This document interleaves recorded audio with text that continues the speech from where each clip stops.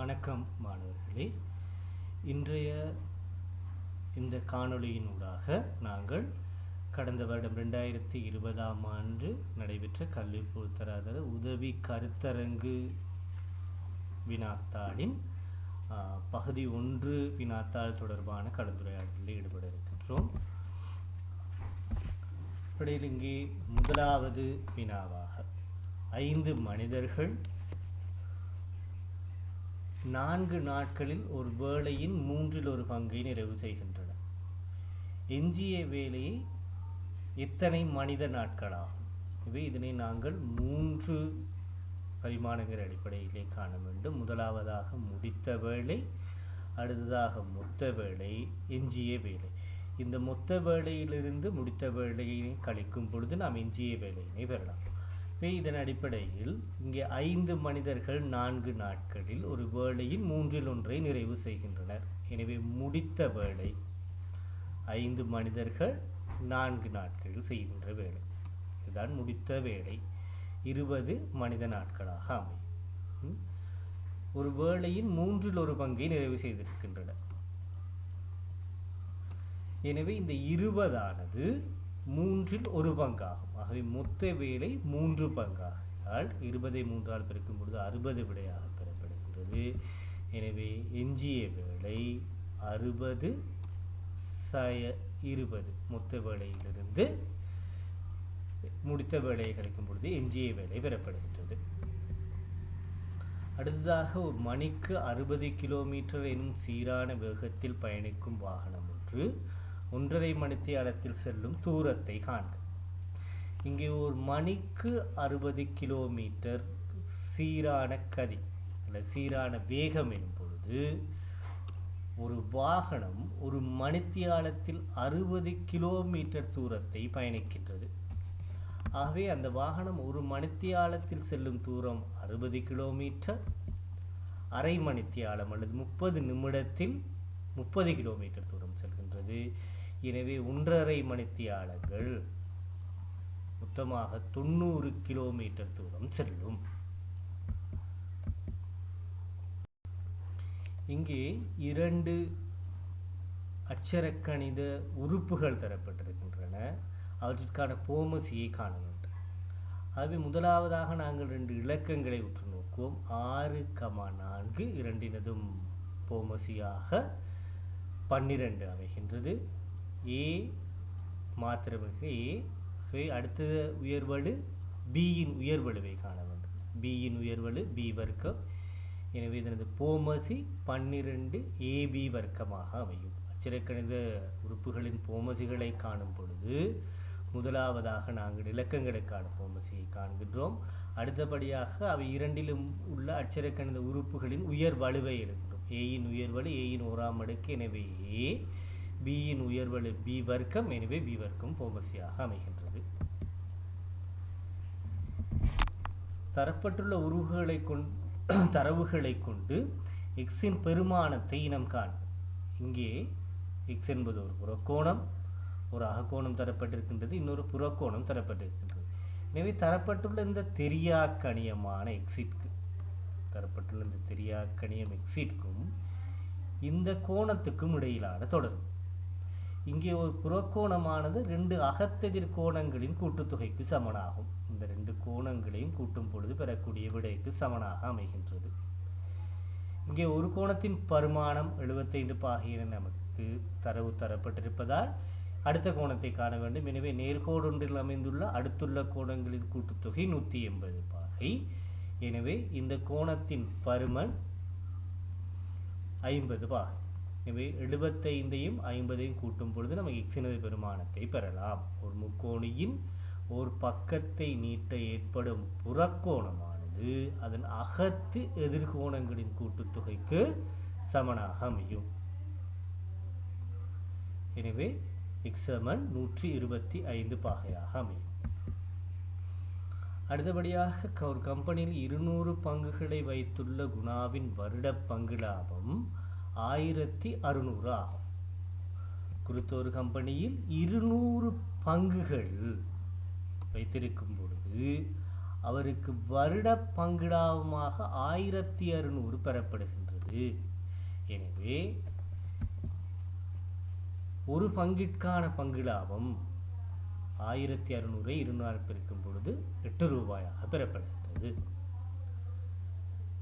இங்கே ஒரு செவ்வுருளையின் வலைமேற்றள பரப்பளவு தரப்பட்டிருக்கின்றது 880 சென்டிமீட்டர், அதனது 6.7 சென்டிமீட்டராகவும் உயரத்தை காண வேண்டும்.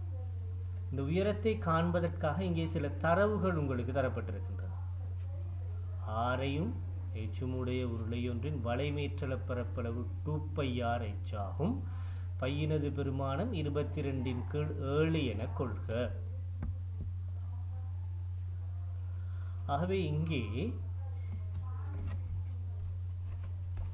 இதனை நாம் சற்று விரிவாக பார்ப்போம்.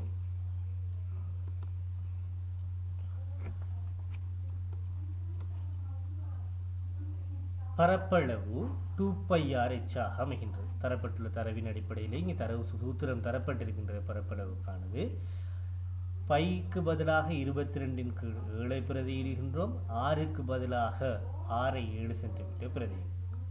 அடுத்தபடியாக இங்கே எச்சினை நாங்கள் எழுவாயாக மாற்றும் பொழுது ஒரு பக்கத்தில் உள்ள நிகர்மாறான விடயங்கள் நடைபெறப் போகின்றன.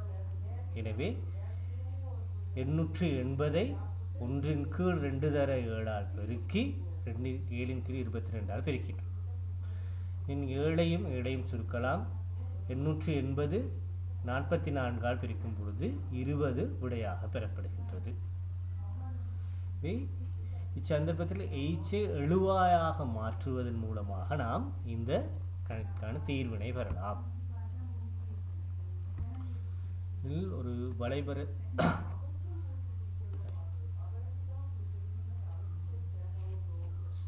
இங்கே தரப்பட்டுள்ள வினாவிலே 2 அட்சர கணித பின்னங்களை சுருக்குகின்றோம். அவ்வாறு சுருக்கும் பொழுது இதிலே பகுதி எண்ணிலும் தொகுதி எண்ணிலும் x பொதுவான ஒரு விடயமாக அமைந்திருக்கின்றது. எனவே 2ஐயும் சுருக்கலாம். சுருக்கும் பொழுது நாங்கள் y/5 தர y/2 எனும் பெருமானங்கள் பெறப்படுகின்றன.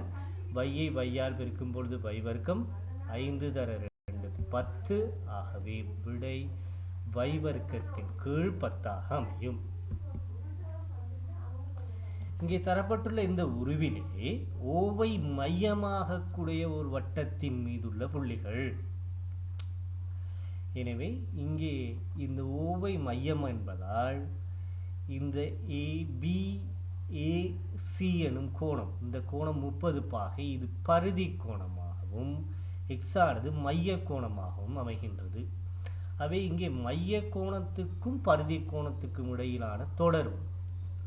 மைய கோணமானது பரிதி கோணத்தின் 2 மடங்காக அமைகின்றது. மைய கோணமானது பரிதி கோணத்தின் 2 மடங்காக அமைவதால் எக்ஸின் பெருமானம் 60 அமையும்.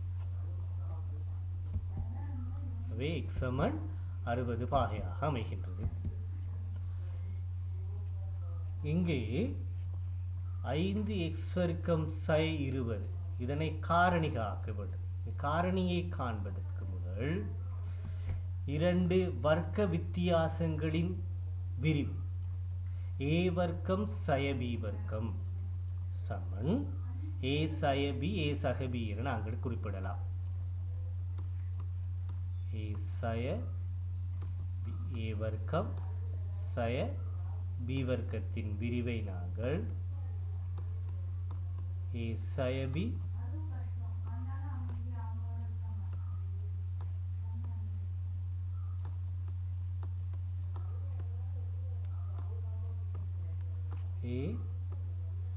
சகபி என குறிப்பிடுகின்றோம்.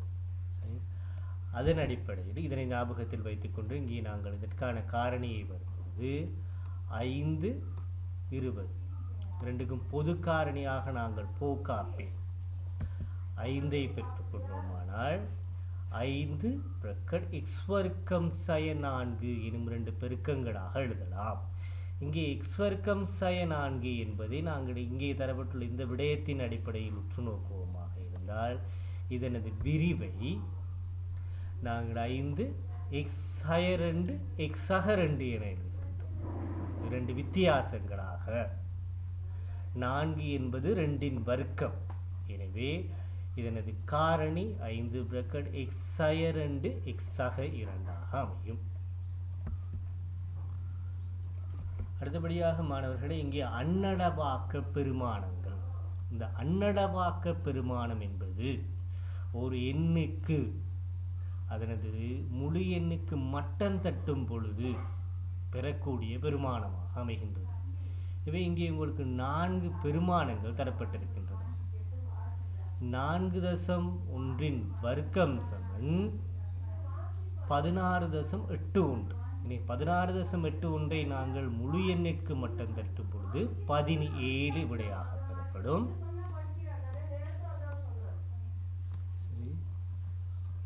4.2 வர்க்கம் 17.64 இதனை மட்டம் தட்டும் பொழுது நாங்கள் 18 விடையாக பெறலாம். இங்கே 18.49 இதனை மட்டம் தட்டும் பொழுது 19 பெறப்படுகின்றது. இங்கே ஏற்கனவே 19 விடையாக தரப்பட்டிருக்கின்றது. எனவே இவை 4 மிகவும் நெருங்கிய கிட்டிய பெருமானம். முதலாம் அன்னளவாக்க பெருமானத்தை கீழ்வனவற்றிலிருந்து தெரிக. இங்கே இந்த விடயம் 4.2 வர்க்கம் சமன் நம்ம 18 எனும் அன்னளவாக்க பெருமானத்தை இருக்கிறார். எனவே வர்க்க மூலம் 18 பெருமானம் இங்கே 4.2 அமையும்.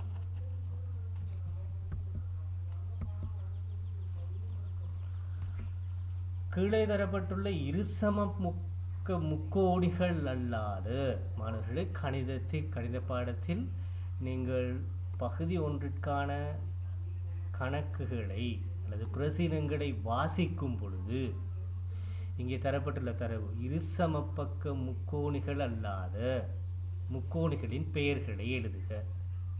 எனவே இது 120 பாகை, இங்கே 35 பாகை. எனவே இது ஒரு இருசமபக்க முக்கோணியாக அமையாது. ஏனெனில் இதன் கூட்டுத்தொகை 120 சக 35 182 கிடைக்கும் பொழுது இங்கே 35 பாகை கூட 120 பாகை 155 பாகை. எனவே இது 25 பாகை. ஆகவே இந்த கோணம் ஒரு இருசமபக்க முக்கோணி அல்ல. இங்கே இது 50 பாகை, எனவே இது 65 பாகை. இது ஒரு இருசமபக்க முக்கோணம். KLM இதுவும் ஒரு இருசமபக்க முக்கோணி அல்ல. ஆகவே விடை இவை 2 கோணங்களாக அமையும்.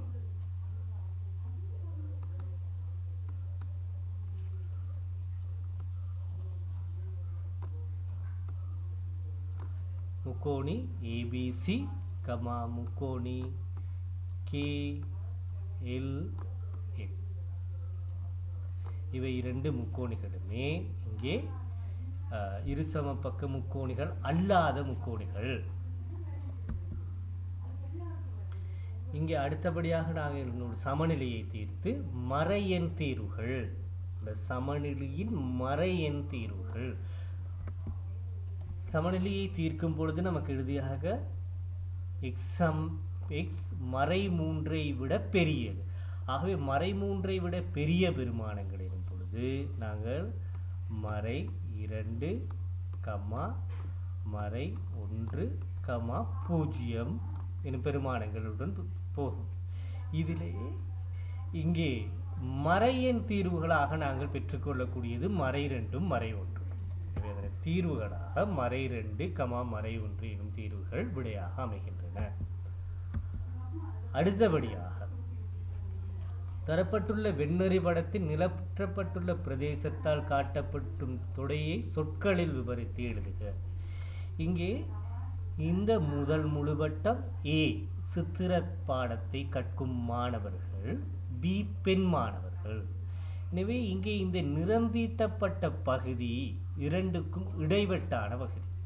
எனவே இந்த நிறம் தீட்டப்பட்ட பகுதியை நாங்கள் சொற்களில் விவரித்து எழுதும் பொழுது சித்திரப்பாடத்தை கற்கும் அதே வேளை பெண் மாணவர்கள். இதனை நாங்கள் சித்திரப்பாடத்தை கற்கும் பெண் மாணவர்கள் என எழுதுகின்றோம். சித்திரப்பாடம் பெண் மாணவர்கள். ஆகவே இந்த பகுதி சித்திரப்பாடத்தை கற்கும் பெண் மாணவர்கள். அவர்கள் இந்த பகுதியை கேட்டிருந்தால் சித்திரப்பாடத்தை கற்கும் ஆண் மாணவர்கள், இது சித்திரப்பாடத்தை கற்கும் பெண் மாணவர்கள். வெளியில் உள்ள பகுதி சித்திரப்பாடத்தை கற்காத ஆண் மாணவர்கள் தலைப்பினை பெறலாம். இங்கே ஒரு உருவம், ஒரு முக்கோணி தரப்பட்டிருக்கின்றது. சில தரவுகள் தரப்பட்டு அதன் சரியான தரவுகளை சரி எனவும் பிழையான தரவுகளை பிழை எனவும் அடையாளமிடுக 3 தரவுகள். இவை இந்த முக்கோணியை பார்க்கும் பொழுது இங்கே முக்கோணியின் 2 பக்கங்களின் நடுப்புள்ளிகள் குறிப்பிடப்பட்டிருக்கின்றது. அந்த நடுப்புள்ளிகள் இணைத்து ஒரு கோடு வரையப்பட்டிருக்கின்றது. எனவே ஒரு முக்கோணியின் 2 நடுப்புள்ளிகளை இணைத்து வரையப்படும் கோடானது 3வது பக்கத்திற்கு சமாந்தரமாகவும் 3வது பக்கத்தின் அரை மடங்காகவும் காணப்படும். இதுதான் நடுப்புள்ளி தேற்றம். இவைக்கு நடுப்புள்ளி தேற்றத்தின் அடிப்படையில் PQ சமாந்தரம் BC, இந்த குறியீடு சமாந்தரத்தை குறித்து நிற்கும். எனவே PQவும் BCயும் சமாந்தரம். ஆகவே முதலாவது விடை சரியானது. BC ஆனது அரை மடங்கு PQ, BC ஆனது அரை மடங்கு PQ. எனவே இங்கே PQ ஆனது BCயின் அரைவாசியாக அமையும். இவை இந்த தரவு பிழையானது, நாங்கள் பிழை என குறிக்கின்றோம். அடுத்ததாக 2PQ சமன் BC, PQ ஆனது 2PQ BCக்கு சமனாக அமையும். தரவு சரி. முதல் 2 தரவுகளும் சரியானவை, 3வது தரவு பிழையானது. அடுத்தபடியாக இங்கே தரப்பட்டுள்ளதில் கோஸ்டீட்டாவின் பெறுமதியை காண. கொசைன் விகிதம் அயற்பக்கத்தின் கீழ் செம்பக்கம். எனவே இங்கே அயற்பக்கம் 8, இந்த முக்கோணியின் செம்பக்கம் 10. இது செம்பக்கம் 10, அயற்பக்கம் 8. தரப்பட்டுள்ள கோணம் தீட்டா, தீட்டாவின் அயற்பக்கம், தீட்டாவின் செம்பக்கம், முக்கோணியின் செம்பக்கம். கோசைன் விகிதம் அயற்பக்கத்தின் கீழ் செம்பக்கம்.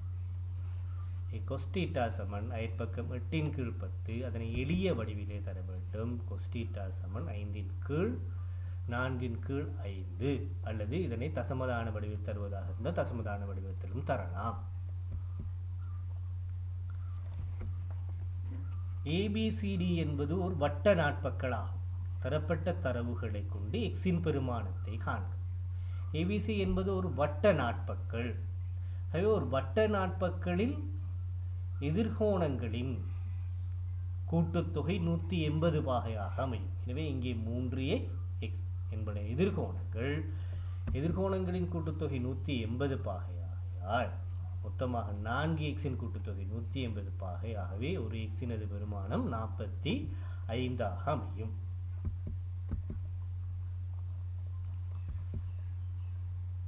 இங்கே இந்த தரப்பட்டுள்ள உருவில் நேர்கோட்டின் சமன்பாட்டை எழுது. இது உற்பத்தி புள்ளியினூடாக செல்லும் ஒரு நேர்கோடு. ஒரு வரைவிலே உற்பத்தி புள்ளியினூடாக ஒரு நேர்கோடு செல்லுமாக இருந்தால் அந்த நேர்கோட்டினது சமன்பாடு y சமன் mx ஆக அமையும். இங்கே 2 ஆள்கூறுகள் தரப்பட்டிருக்கின்றன. 1,5. 1 என்பது எக்ஸினது பெருமானம், 5 என்பது yயினது பெருமானம் ஆள்கூறுகளிலே. எனவே yற்கு பதிலாக 5ம் mக்கு பதிலாக 1ஐயும் பிரதியிடும் பொழுது இதனது படித்திறன் m சமன் 5 ஆக பெறப்படுகின்றது. எனவே சமன்பாடு y சமன் 5x ஆக அமையும். ஒரு முக்கோண குறுக்குவெட்டு முகத்தின் பரப்பளவு அரை தர 6 தர 8 சென்டிமீட்டர் என தரப்படும் 10 சென்டிமீட்டர் நீளமுடைய ஒரு முக்கோண அரியம் ஒன்றின் கன அளவு. இங்கே முக்கோண அரியம்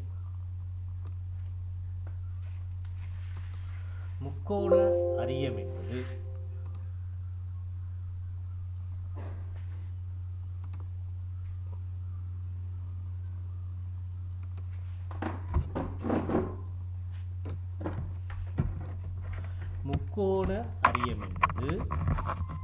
ஒரு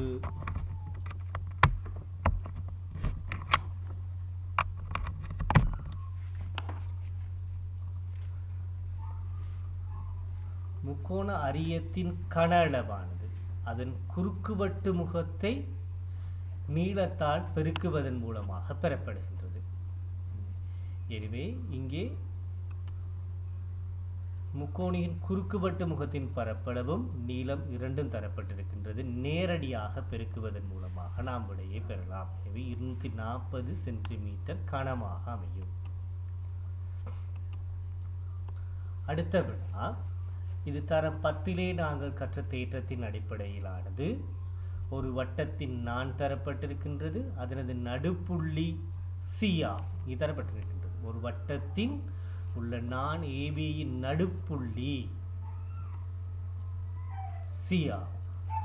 நடுப்புள்ளி சி எனும் பொழுது இங்கே ஓசி ஆனது ஓசி செங்குத்து ஏ பி ஆக அமையும். எனவே இது 90 பாகை. இங்கே இந்த முக்கோணம் ஒரு செங்கோண முக்கோணம். இவை இரண்டினது கூட்டுத்தொகை 90 பாகையாக அமையும். எனவே எக்ஸினது பெருமானம் 90லிருந்து 60 கழிக்கும் பொழுது 30 பாகையாக பெறப்படுகின்றது. அடுத்தபடியாக இங்கே ஒரு தாயக்கட்டையை சுண்டும் பொழுது கிடைக்கக்கூடிய 3 பேர்கள் தரப்படுகின்றன. இரட்டை எண்ணொன்று கிடைத்தல், 3இல் மடங்கொன்று கிடைத்தல், 4இன் மடங்கொன்று கிடைத்தல். அவற்றில் எளிய நிகழ்ச்சியை காட்டும் கூற்றின் கீழ் கோடிடுக. அதே மாணவர்களே, இங்கே ஒரு நிகழ்தகவினை எடுக்கும் பொழுது அங்கே எளிய நிகழ்ச்சிகள் மற்றும் கூட்டு நிகழ்ச்சிகள் என 2 வகையான நிகழ்வுகள் நடைபெறுகின்றன. எளிய நிகழ்வு என்பது அதனது பெருவேறு அல்லது பேறு வெற்றி பின்னம் ஒன்றாக அமைய வேண்டும். கூட்டு நிகழ்வு என்பது பொழுது நாங்கள் அந்த நிகழ்வுகளில் பல ஒன்றுக்கு மேற்பட்ட நிகழ்வுகள் காணப்படும். 1 தொடக்கம் 6 வரை இலக்கமிடப்பட்ட கோடாத தாயக்கட்டையை மேலே எறியும் பொழுது பெறக்கூடிய நிகழ்ச்சிகள். இரட்டை எண்ணொன்று கிடைத்தல் 2, 4, 6. ஆகவே அந்த நிகழ்ச்சி ஒரு கூட்டு நிகழ்ச்சி. 3இன் மடங்கொன்று கிடைத்தல் 3, 6 இதுவும் ஒரு கூட்டு நிகழ்வு.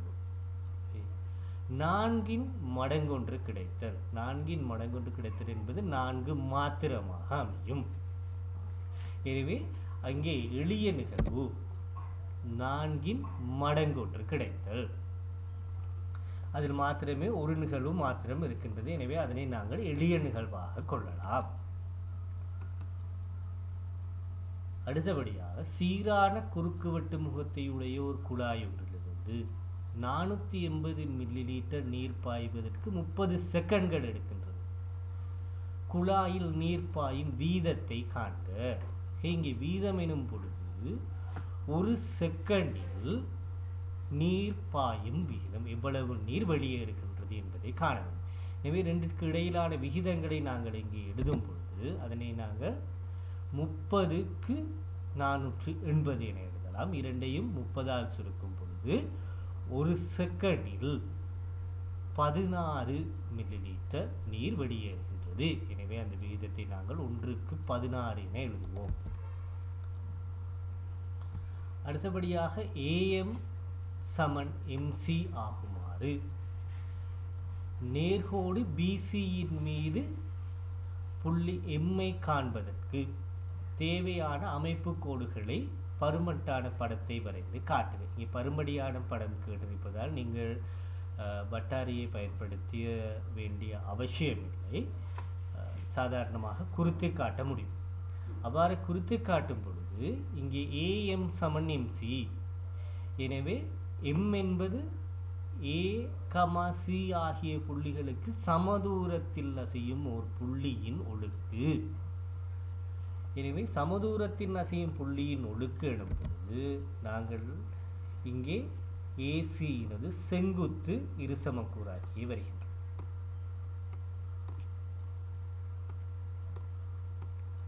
AC செங்குத்து இருசமக்கூறாக்கி. இந்த செங்குத்து இருசமக்கூறாக்கியானது BCயை சந்திக்கும் புள்ளி BCயின் மீது அமைந்திருப்பதால் இந்த புள்ளி M ஆக குறித்து காட்டுகின்றோம். எனவே செங்குத்து இருசமக்கூறாக்கி M-ஐ சந்திக்கிறது, BCயை சந்திக்கும் புள்ளி.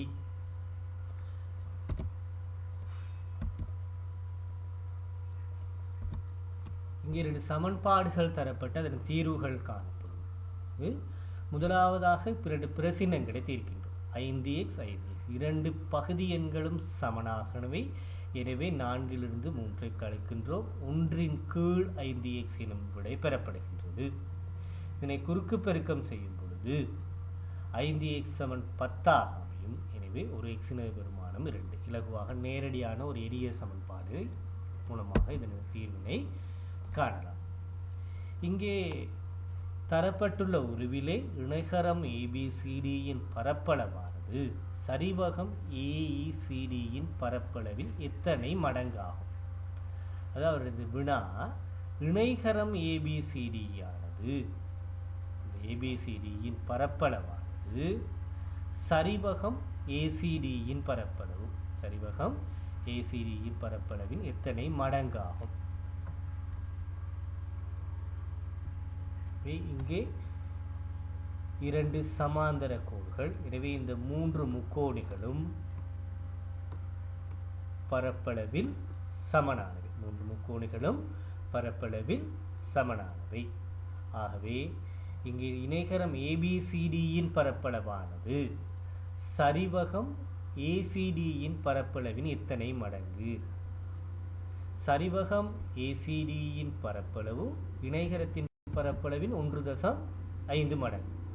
இணைகரத்தை போன்று 1.5 மடங்கு பரப்பளவுடையதே சரிவகம். ஆனால் இங்கே தரப்பட்ட வினா இணைகரம் ABCDயின் பரப்பளவானது சரிவகத்தின் பரப்பளவின் எத்தனை மடங்கு? 3ல் 2 மடங்கு. இங்கே 1.5 மடங்கு நிகர்மாறாக 3 பகுதி. எனவே 3ல் 2 என்னவாக இருக்கின்றது? இணைகரம். சரிவகத்தின் பரப்பளவின் 2 3ல் 2 மடங்காக அமையும். இங்கே தரப்பட்டுள்ள தரவு தொகுதியின் காலனை இடைவீச்சை காண்போம். இங்கே காலனை இடைவீச்சு இடும் பொழுது முதலாம் காலனை மற்றும் மூன்றாம் காலனைகளை இனம் காண வேண்டும். இங்கே முதலாம் காலனை 5, மூன்றாம் காலனை 12. எனவே முதலாம் காலனை 5 நாங்கள் எவ்வாறு இனம் காண்பது என்பது தொடர்பாக ஏற்கனவே கற்றிருக்கின்றோம். பகுதி 1 வினா என்பதால் நேரடியாக நாங்கள் இங்கே இதை காணலாம். முதலாம் காலனையும் மூன்றாம் காலனையும் 4ல் 1 தர எண் சக 1 எனும் சமன்பாட்டை பயன்படுத்தலாம். இங்கே 4ல் 1 சக எண்ணின் 4ல் கீழ் 4ல் 3 தர எண் சக 1 எனும் சமன்பாட்டை பயன்படுத்தும். அதன் அடிப்படையில் காலனை இடைவீச்சு மூன்றாம் காலனைக்கும் முதலாம் காலனைக்கும் இடையிலான வித்தியாசம் காலனை இடைவீச்சு என்பது 12 சய 5 7. காலனை இடைவீச்சு 12 சய 5 7 விடையாக பெறப்படுகின்றது.